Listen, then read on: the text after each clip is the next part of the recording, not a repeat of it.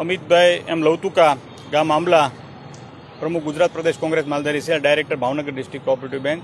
આજ રોજ અમે સિંહોર અને પાલીતાણા તાલુકાના જે ફરતા ગામડાઓ જે છે 10-12 ગામડાઓ, આંબલા, રામદેરી, ઈશ્વરિયા, પીપલ્લા, કુંભણ, નવાગામ, સાંઢીડા, સનોસરા, ચોરવડલા, બજુડ, ઈશ્વરિયા, આ 2 તાલુકાની ફરતા જે ગામડાઓ જે છે એ ગામડાની અંદર વસતા બધા જે માલધારી ભાઈઓ જે છે એ બધા જ પશુપાલન વ્યવસાય સાથે જોડાયેલા છે. છેલ્લા વર્ષોથી જે રીતે ફોરેસ્ટ વિભાગે સિંહ ત્યાં મૂક્યા છે એ સિંહથી માલધારીઓ ભયભીત છે. દરરોજ માલઢોરને નુકસાન થઈ રહ્યું છે.